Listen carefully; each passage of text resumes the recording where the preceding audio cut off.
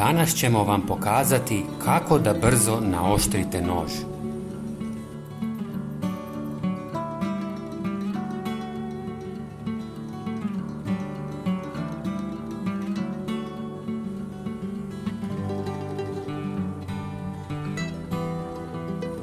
Dno šalice obično ima abrazivnu površinu, tako da se oštrice mogu naoštriti.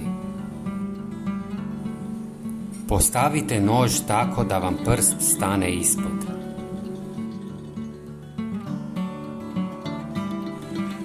Malo navlažite rub šalice.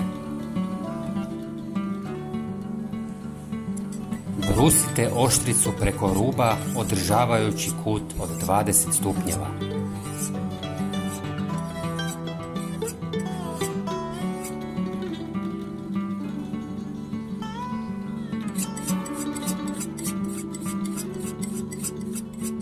Ponovite to na drugoj strani.